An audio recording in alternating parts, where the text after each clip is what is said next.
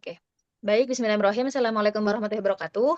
Baik, kami dari kelompok satu yang terdiri dari anggota kelompok Eka Alia, Salsabila Alika, dan Atia Azarina akan memaparkan hasil progres kami yang kedua setelah perbaikan dari dan revisi dari para ibu dosen. Baik, untuk hasil yang pertama yaitu preprocessing pada citra X-ray COVID-19. Jadi tahapan ini sangat krusial karena di sini citra X-ray yang memberi kontras rendah akan dioptimalisasikan menjadi uh, citra yang lebih jelas yaitu dan siap untuk dilakukan ekstraksi tekstur klasik maupun dengan arsitektur deep learning modern. Lalu tahap preprocessing pada penelitian ini terdiri dari 4 tahapan yaitu yang pertama ada konversi grayscale. Jadi di sini kita akan mengubah citra Rosen yang memiliki format multi channel menjadi satu channel keabuan. Lalu yang kedua itu ada kita contrast limited adaptive histogram equalization yaitu CLAHE. Jadi ini Clah ini mengubah adalah metode untuk meningkatkan kontras lokal dan kualitas visual secara adaptif. Lalu yang ketiga yaitu s- maaf scroll ke bawah. Yang selanjutnya ketiga itu ada image resizing. Jadi citra dari sumbernya itu tidak selalu memiliki resolusi yang serupa, maka dari itu kita harus menyeragamkan size-nya di sini untuk persyaratan dari MobileNet di sini adalah 224 kali 224 piksel.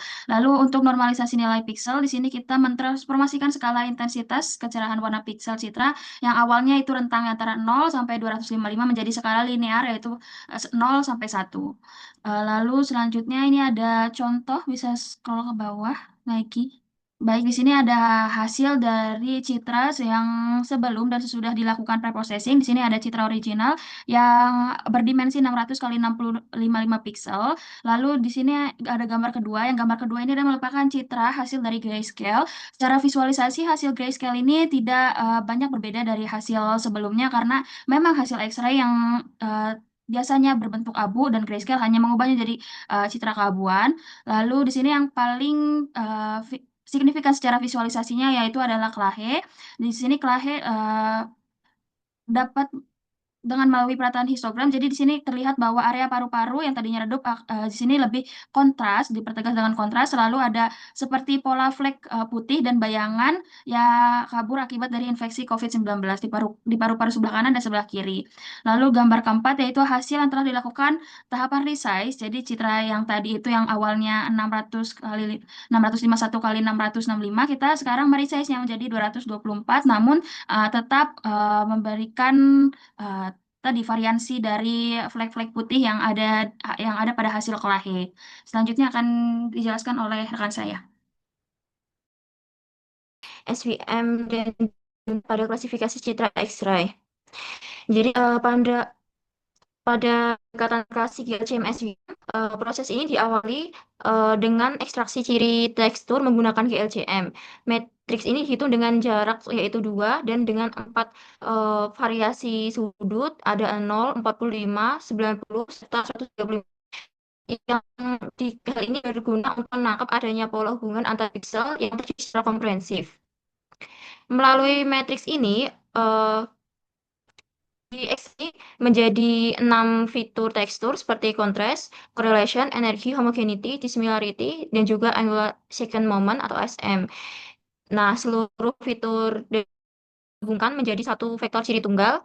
Model SVM sendiri dikonfigurasikan melalui kernel RBF dengan parameternya C sama dengan 50 serta mengaktifkan nilai probabilitasnya. Hal ini berguna untuk mencari hyperlink pembatas optimal untuk memisahkan kelas COVID-19, viral pneumonia, serta normal. Lalu untuk pendekatan metode modernnya, eh, proses ekstraksi dan juga klasifikasi citra dilakukan secara otomatis di dalam jaringan saraf tiruan yang yang mana citra hasil preprocessing disiapkan dengan ukuran 224 kali 224 kali 3 piksel untuk syarat input pada arsitektur MobileNet.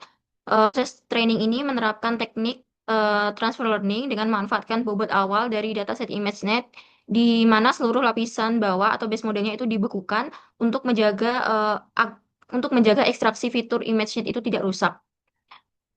Lalu selanjutnya dibangun arsitektur klasifikasi baru dengan menambahkan arsitektur dengan menambahkan global average polling 2D, lapisan DNC 200, lapisan DNC yang mana di dalamnya ada 128 neuron dengan menggunakan fungsi aktivasi relu, dan yang terakhir ada lapisan softmax untuk menghasilkan output 3 kelas.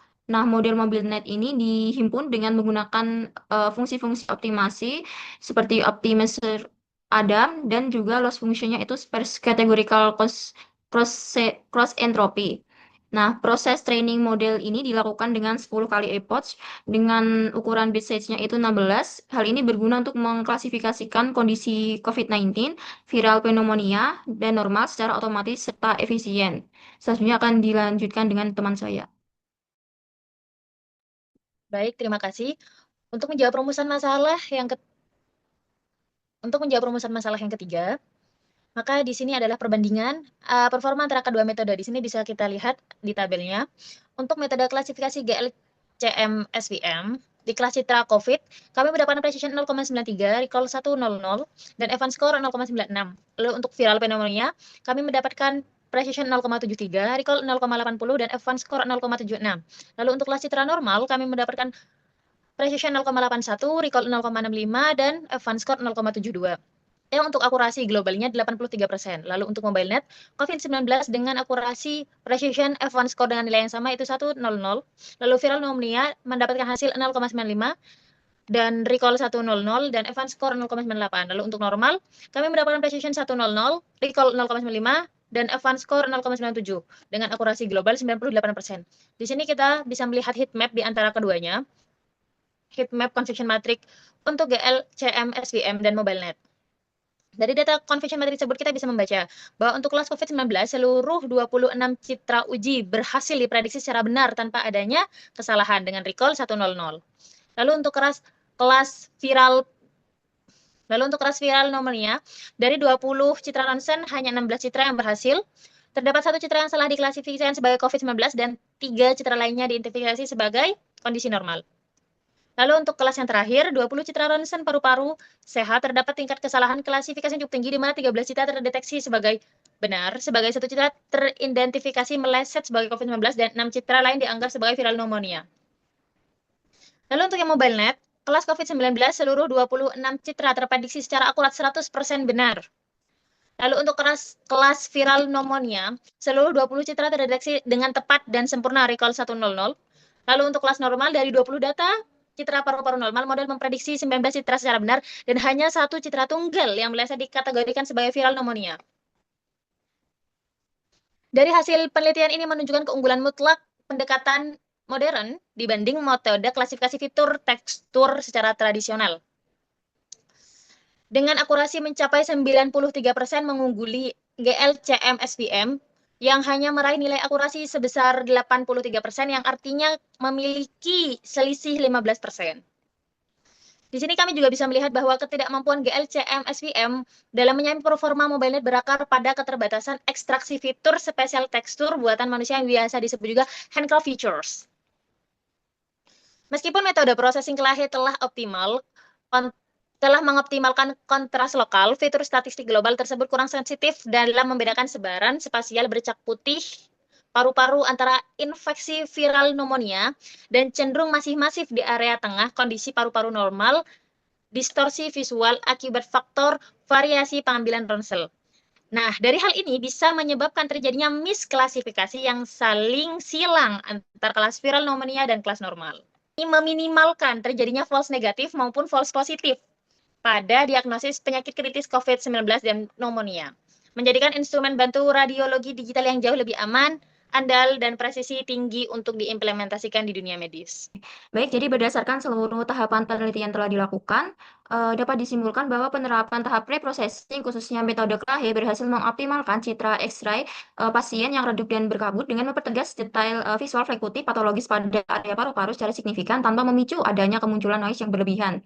Nah, pada tahap pengujian akhir, pendekatan dengan berbasis deep learning seperti MobileNet membuktikan bahwa keunggulan mutlak membuktikan dengan keunggulan mutlak dalam meraih akurasi global secara 98%. jauh mengungguli metode klasik GLCM SVM yang hanya mencapai akurasi sebesar 83% dengan selisih performa signifikan sebesar 15%. Nah, ketidakmampuan GLCM SVM ini dapat menyamai eh, performa ketidakmampuan GLCM SVM dalam menyamai performa ini berakar pada keterbatasan ekstraksi fitur statistik global buatan manusia yang kurang sensitif dalam membedakan sebaran spasial bercak putih paru-paru. Sehingga hal ini memicukan misklasifikasi eh, saling silang. Sebaliknya, melalui mekanisme representation learning dan juga teknik depth-based separable convolution, MobileNet mampu mengekstrak fitur secara hierarkis dan otomatis selama 10 epoch pelatihan dengan sangat presisi sehingga berhasil meminimalkan terjadinya flash negatif maupun flash positif dan menjadikannya instrumen bantu radiologi digital yang jauh lebih aman, handal, serta akurat dalam mendeteksi COVID-19 dan juga viral pneumonia. Nah, untuk saran pada penelitian selanjutnya direkomendasikan 2 poin. Yang pertama ada eksplorasi arsitektur klasifikasi lain. Jadi, pada penelitian selanjutnya itu dapat melakukan eksperimen komparasi dengan arsitektur CNN pre-trained terkini lainnya seperti ResNet, EfficientNet, atau DecenNet untuk mengidentifikasi kemungkinan adanya model yang lebih efisien dari sisi waktu komputasi, namun tetap mempertahankan akurasi yang tinggi. Lalu yang kedua ada optimasi metode klasik. Jadi bagi pendekatan metode klasik, performa GLCM SVM mungkin dapat ditingkatkan dengan menerapkan hyperparameter tuning, misalnya dengan menggunakan gear search pada model SVM atau dengan menggabungkan GLCM dengan metode ekstraksi ciri lain seperti local binary pattern untuk memperkaya vektor fitur sebelum diklasifikasi. Lalu ini adalah daftar pustaka yang kami gunakan. Mungkin cukup sekian presentasi dari kelompok kami. Apabila ada kesalahan, mohon dimaafkan. Wassalamualaikum warahmatullahi wabarakatuh.